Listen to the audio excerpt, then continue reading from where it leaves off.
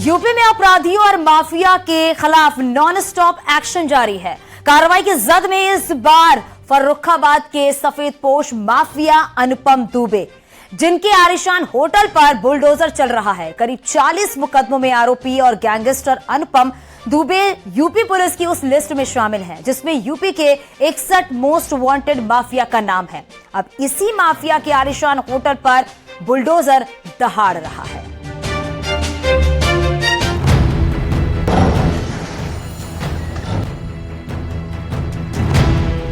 इस माफिया को मिट्टी में मिला देंगे।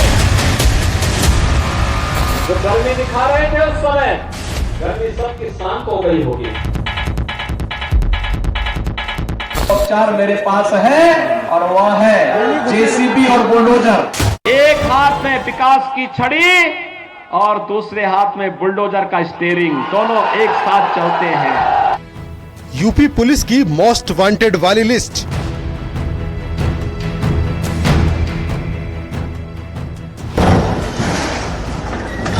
माफिया नंबर 61 पर बुलडोजर वालावार।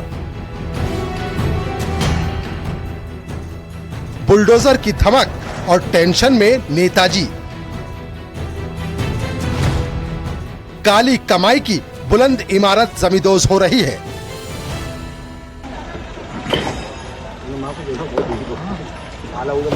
बुलडोजर की गूंज पूरे शहर में सुनाई दे रही है।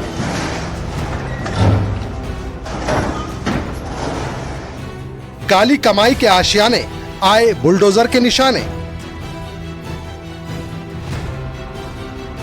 यूपी का बुलडोजर मॉडल हिट है एक्शन का ये स्टाइल। चाहे फिर कोई भी अपराधी हो, अगर दायरे के बाहर निकला तो बुलडोजर ने उसका रास्ता रोक लिया। योगी सरकार ने यूं तो 2022 से ही बुलडोजर वार शुरू कर दिया था, लेकिन खादी के पीछे छिपकर अपराध करने वाले माननीय भी बुलडोजर से बच नहीं पाए। नेता अनुपम दुबे पर आज फर्रुखाबाद एडमिनिस्ट्रेशन ने बड़ी कार्रवाई की है। फर्रुखाबाद में बीएसपी नेता के खिलाफ तकरीबन 4 दर्जन से अधिक मुकदमे दर्ज थे। इसको लेकर गैंगस्टर की भी कार्रवाई आज जो है उनका एक होटल है जो कि गुरसरनम, जिसके यहाँ ध्वस्तीकरण की कार्रवाई शुरू हो गई। सबसे बड़ी बात है कि मैं आपको दिखा दूं, मैं इस जगह पर हूँ क्योंकि आसपास के इलाके को पूरी तरीके से कॉर्डन ऑफ कर रखा है। पुलिस ने पूरे 500 मीटर के इलाके को पुलिस ने बंद कर दिया है पूरी तरह से। यहाँ आसपास में परिंदा भी पर नहीं मार पा रहा है। सबसे बड़ी बात है कि एक बड़ा आलीशान होटल था, इस होटल को गिराने की कार्रवाई आज डिस्ट्रिक्ट एडमिनिस्ट्रेशन ने शुरू कर दी है। बुलडोजर दहाड़ रहा है। हथौड़ों की धमक पूरे शहर में सुनाई दे रही है। ये काली कमाई को मिट्टी में मिलाने का मिशन है, जिसे अंजाम तक पहुंचाने में जुटा है फर्रुखाबाद जिला प्रशासन। फर्रुखाबाद में बीएसपी नेता जो है उन पर तकरीबन 4 दर्जन से अधिक मुकदमे पंजीकृत हुए थे। जिले में इनका एक बड़ा होटल था, होटल गुरसरनम, जिस पर आज ध्वस्तीकरण की कार्रवाई होने जा रही है। सबसे बड़ी बात है कि इस पूरे इलाके को कॉर्डन ऑफ कर दिया गया है। तकरीबन 500 मीटर का इलाका ऐसा है जिसको बंद कर दिया गया है। आपको दिखा दें, फर्रुखाबाद जनपद समेत इटावा, कन्नौज और कानपुर देहात जनपद से जो है पुलिस को डिप्लॉय किया गया है। बड़ी मात्रा में फोर्स को डिप्लॉय किया गया, पूरे इलाके को कॉर्डन ऑफ कर दिया गया। जिस शानदार होटल को जमींदोज किया जा रहा है, इसके मालिक बीएसपी नेता और गैंगस्टर अनुपम दुबे हैं। यूं तो अनुपम दुबे एक नेता हैं, लेकिन उन पर दर्ज 3 दर्जन से ज्यादा जघन्य अपराध उनकी हिस्ट्री शीट की कहानी बयां कर रहे हैं। इसी के आधार पर अब पुलिस इस गैंगस्टर नेता के होटल को ध्वस्त करने में जुटी है। जेसीबी मशीन चल रही है। आपको बताएं, कुछ लेबर आपको दिख रहे होंगे, बहुत छत पर जो है लेबर जो है ऊपर है, लगातार जो है लेबर उसके ध्वस्तीकरण की कार्रवाई कर रही है। और कहीं ना कहीं जो है नगर पालिका के जितने भी वाहन है, वो सभी वाहन जो है वो लगातार जो है कहीं ना कहीं यहाँ से जो सामान है उसको लगातार यहाँ से ले जा रहे हैं। सबसे बड़ी बात है कि इस बीएसपी नेता पर जिस तरीके से कार्रवाई की गई है, पिछले 2 साल से लगातार ये कार्रवाई चल रही थी, लेकिन आज जो है फाइनली डिस्ट्रिक्ट एडमिनिस्ट्रेशन ने इस होटल को गिराने का काम शुरू कर दिया। देर रात से ही अधिकारियों ने होटल को अपने कब्जे में ले लिया था। पहले होटल को खाली कराया गया। होटल के इंटीरियर डेकोरेशन के सामान बाहर निकालकर नगर पालिका के स्टोर में भेजे गए। फिर बुलाई गई बुलडोजर की फौज। सिटी मजिस्ट्रेट सतीश चंद्र के नेतृत्व में इस ध्वस्तीकरण की कार्रवाई को अंजाम दिया जा रहा है। होटल को ध्वस्त करने के लिए फर्रुखाबाद की जेसीबी कंपनी तो कानपुर से बुलडोजर मंगवाए गए। ताकि अपराध की नींव पर खड़े आलीशान होटल की एक एक ईंट मिट्टी में मिलाई जा सके, क्योंकि इस होटल के मालिक अनुपम दुबे पर गैंगस्टर समेत दर्जन भर मुकदमे चल रहे हैं और वो इस वक्त आगरा जेल में बंद हैं। पुरुषोत्तम पैलेस थाना खादी गेट में पड़ता है। ये एक माफिया का है जिसमें प्रशासन द्वारा ध्वस्तीकरण की कार्रवाई की जा रही है। पुलिस ने सारा व्यवस्था कर रखा है, लाइन ऑर्डर मेंटेन है। ये बहुत बड़ा माफिया है और इसके खिलाफ 63 मुकदमे पंजीकृत है और अनावश्यक विधि कार्रवाई की जा रही है। होटल के आसपास के 500 मीटर के एरिया को छावनी में बदल दिया गया है। ठंडी सड़क की सभी दुकानें बंद हैं। होटल के दोनों ओर मुख्य मार्ग पर और उन्हें जोड़ने वाली गलियों पर पुलिस फोर्स तैनात की गई है। यूपी के मोस्ट वांटेड सफेद पोश बीएसपी नेता और भूमाफिया डॉन अनुपम दुबे की क्राइम कुंडली काफी लंबी है। कभी जमीन के धंधे से काला साम्राज्य खड़ा करने वाले अनुपम दुबे के बारे में कहा जाता है कि वो एक बड़ा भूमाफिया है, लेकिन बाद में उसने सियासी संरक्षण के लिए राजनीति में एंट्री ली और फिर बीएसपी के बैनर तले खुद की नई पहचान बनानी शुरू की। लेकिन यूपी में सत्ता बदलते ही अनुपम दुबे के दिन बदलने लगे। आज इसी अनुपम दुबे के आलीशान होटल गुरु शरणम पर बुलडोजर गरज रहा है। अनुपम दुबे पर साल 1996 में ट्रेन के अंदर हुई यूपी पुलिस के इंस्पेक्टर रामनिवास यादव की हत्या का आरोप लगा। तब रामनिवास यादव कन्नौज के गुरसाहिबगंज के इंस्पेक्टर थे। अनुपम दुबे पर सिर्फ एक इंस्पेक्टर की हत्या का आरोप नहीं है, बल्कि अनुपम दुबे करीब 3 दर्जन संगीन मामलों में आरोपी है। सफेद पोश भूमाफिया अनुपम दुबे पर साल 2015 में गैंग रेप का आरोप लगा। तब अनुपम दुबे के खौफ का आलम ये था कि पुलिस ने गैंगरेप पीड़िता की शिकायत पर मुकदमा ही दर्ज नहीं किया था, जिसके बाद उसने हाई कोर्ट की शरण ली। तब कई साल बाद जाकर इस दबंग भूमाफिया अनुपम दुबे समेत करीब 6 लोगों के खिलाफ गैंगरेप का मुकदमा दर्ज हो सका। अनुपम दुबे कितना बड़ा गुंडा है, इस बात का अंदाजा इसी से लगाया जा सकता है कि जब एक गैंग रेप पीड़िता ने अनुपम दुबे के खिलाफ गैंग रेप का मुकदमा दर्ज कराने की ठानी, तो अनुपम दुबे ने उसके पति का अपहरण कराकर उसकी इतनी पिटाई की कि उसकी मौके पर ही मौत हो गई। इधर अनुपम दुबे का आतंक उफान पर था, उधर यूपी पुलिस का ऑपरेशन माफिया एक्टिव हो चुका था। प्रयागराज में जिस वक्त अतीक अशरफ की हत्या हुई, ठीक उसी के बाद यूपी पुलिस ने 61 मोस्ट वांटेड माफिया की लिस्ट जारी की। इस लिस्ट में भी अनुपम दुबे का नाम था, जिसके बाद एक्शन शुरू हुआ। अब इस माफिया की बारी आई तो उसके साम्राज्य पर बुलडोजर चल रहा है।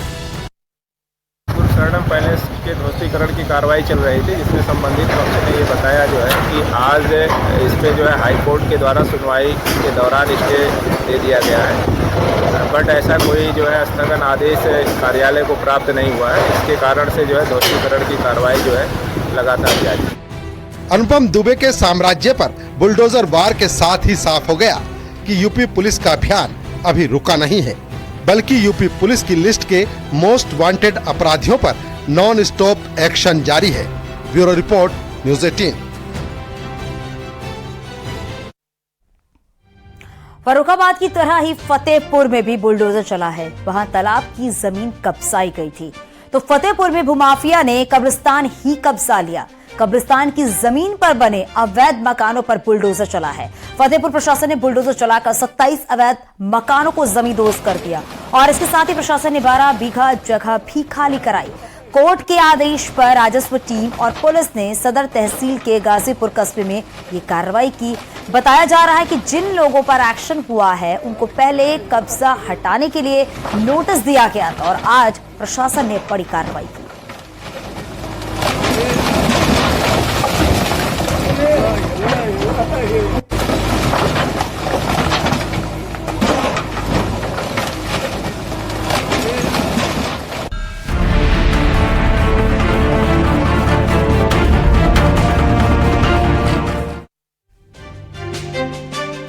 दो 2006 का निठारी कांड तो आपको याद होगा, वही निठारी कांड जिसमें 19 से अधिक लड़कियों से रेप कर उन्हें मार दिया गया। दावे किए गए कि नर पिशाच रेप और हत्या के बाद लाश को खाता था। इस केस में 2 आरोपी बने। एक कोठी का मालिक मानेंद्र पंटेर था और दूसरा नौकर सुरेंद्र कोली।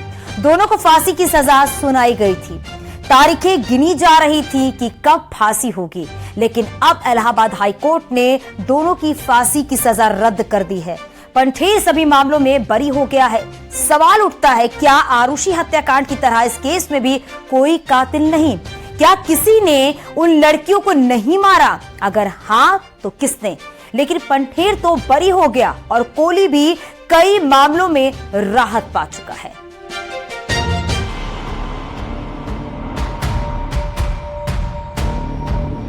सात मई 2006 निठारी गांव, नोएडा।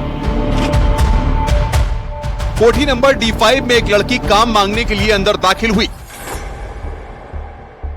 लड़की को उम्मीद थी कि काम के बदले जो पैसे मिलेंगे, बीमार पिता का उससे इलाज हो पाएगा।